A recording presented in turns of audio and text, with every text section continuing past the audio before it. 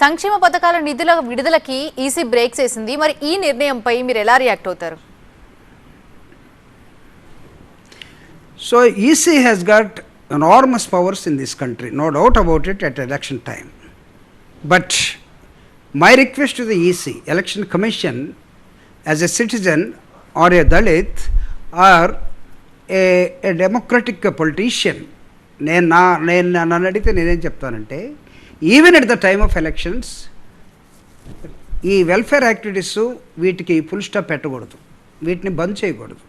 ఎవడో ఒకడు కంప్లైంట్ ఇచ్చేస్తే వెల్ఫేర్ యాక్టివిటీస్ మొత్తాన్ని కూడా మీరు ఈ నెలంతా ఆపండి, 2 నెలలు ఆపండి, 3 నెలలు ఆపండి అంటే దీనికి హ్యుమానిటేరియన్ గ్రౌండ్ ఏమన్నా ఉందా లేదా అనేది కూడా మీరు చూడాల్సిన అవసరం ఉంది.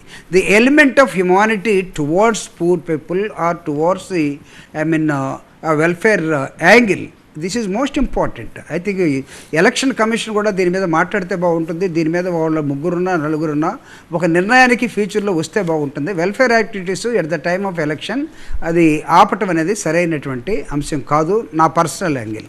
ఇది పొలిటికల్ పార్టీగా ఒక స్పోక్స్ పర్సన్గా చెప్పమన్నా ఇది ఎవరికి కూడా మంచిది కాదు. వెల్ఫేర్ అనేది కంటిన్యూస్ ప్రాసెస్. ఎన్నికలు జరుగుతున్నాయి కాబట్టి ఇది ఆపండి, కోడ్ వచ్చింది, దీనిలో జరిగే నష్టాలు కూడా బోల్డ్ ఉన్నాయి.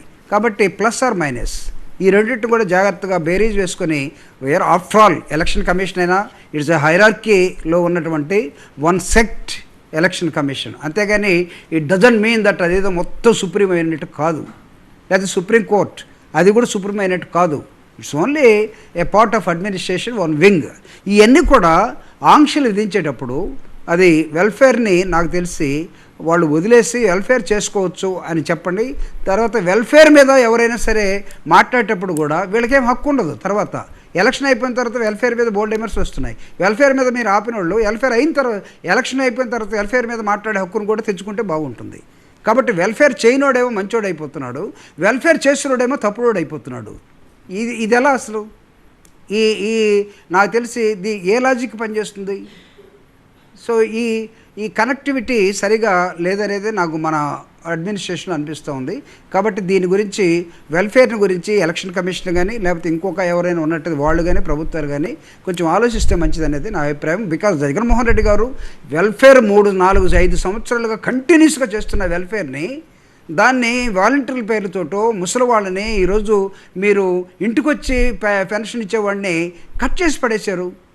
ఇది మాట్లాడుతూ ఉంటే టీవీ డిస్కనెక్ట్ అయినట్టుగా లేకపోతే కరెంటు పోయినట్టుగా ఏమవ్వాలి వాళ్ళు? దాదాపు 40 మంది ముసలి వాళ్ళు ఈ 2 నెలల్లో ఈ 43 డిగ్రీలు 45 డిగ్రీల సెంటీగ్రేడ్లో పోయి ఆఫీసులో పోలేక వాళ్ళు చనిపోయారు. ఎవడిస్తాడు వాడికి లాస్ ఆ కుటుంబానికి? ఎవరిని ఎందుకు బ్యాన్ చేయాలి? నేను అడుగుతూ ఉన్నా. ఈరోజు సడన్గా మీరు ఒక వాలంటీర్ని తీసేస్తే ఇంతమంది కుంటోళ్ళు, గుడ్డోళ్ళు, ముసలోళ్ళు, చేతికర్ర పట్టుకొని నడిచేవాళ్ళు, 64 లక్షల మంది పేదవాళ్ళు ఇంటికొచ్చి కన్నకొడుకులాగా కనపడుతున్నటువంటి ఒక వాలంటీరు 2 నెలలుగా కనపడకపోతే అసలు వాళ్ళ ఆత్మస్థైర్యం ఏంటి? మనం ఇస్తున్నటువంటి ఉద్దేశం ఏంటి? వెల్ఫేర్ని ప్రజల్ని రక్షించడం కోసం, వాళ్ళ ఆత్మస్థైర్యాన్ని పెంచడం కోసం, ఇంట్లో గౌరవాన్ని పెంచడం కోసం. సరిగా కొడుకులు చూడటం లేదు, కోడలు చూడటం లేదు. 3000 పెన్షన్ వస్తూ ఉంది. ఆ పెన్షన్ వచ్చే రోజైనా సరే అత్తమ్మ కాఫీ తాగని ఆ పెన్షన్ కోసం ఎదురు చూసేటటువంటి ఆ కోడలో లేదా అమ్మో లేకపోతే కొడుకో అమ్మ పక్కన కూర్చొని ఇతనితోటి మాట్లాడే విధానం చూసినప్పుడు ఆ ముసలావిడ మళ్ళీ రేపు ఎండలో పోయి బ్యాంకుల దగ్గర లేకపోతే నిలబడగలదా? ఆ శక్తి ఉందా వాళ్ళకి? మంచాల మీద పడుకొని లేవలేని వాళ్ళకి కదా వీళ్ళు ఇస్తూ ఉంది. కుంటోళ్ళు, గుడ్డోళ్ళు, ముసలోళ్ళు అయిపోయి వాళ్ళని ఎలా చేసిపోమంటారు?